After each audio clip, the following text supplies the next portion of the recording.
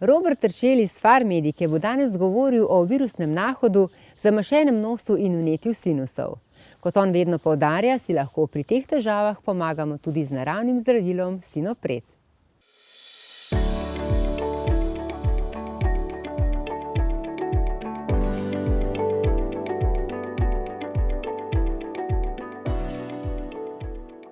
Ja, narava ima v svoji zakladnici zdravil nekaj res izjemnih, prav posebnih.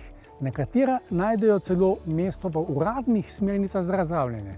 In tako zdravilo je Sinopret, ki je tudi v uradnih evropskih smernicah za zdravljenje značilnega virusnega nahoda oziroma vnetja sinusov.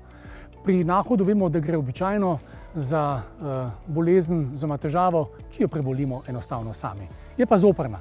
Najprej se pojavi to iztekanje z nosu, redko, ki se pa potem seveda zgosti, pojavi se gosta sluz, vname se sluznica v zgornjih dihalih in nam lepo zamaši nos in lahko tudi sinuse. Imamo zaprto glavo, to so dnevi, ki niso ravno najprijetnejši, pa tudi težje spimo. Največkrat seveda tak nahod prebolimo sami, včasih pa se tudi prelevi v sinusitis, ki je precej neprijeten.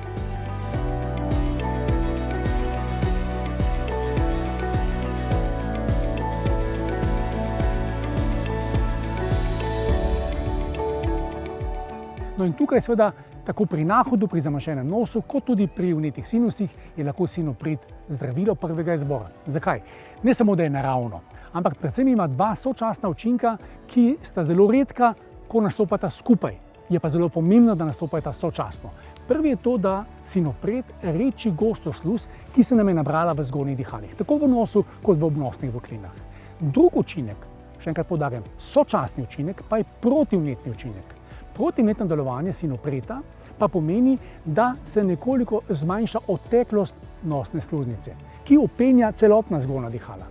Rezultat tega je, lažje izpraznimo nos nabrane sluzi in lažje dihamo, kajti sluznica je manj utečena. Ta rezultat sočasni je zelo pomemben, poleg tega seveda Sinopret tudi enostaven za jemanje. Ni ga potrebno vpihovati v nos, zaužijemo lahko ga v obliki kapljic ali v obliki sirupa, še posebej primernega za otroke, ali pa tablet, tudi v najmočnejši obliki Eksera, ki je namenjen res tistim akutnim situacijam, ko se nam nos zamaši ali ko imamo akutni sinusitis.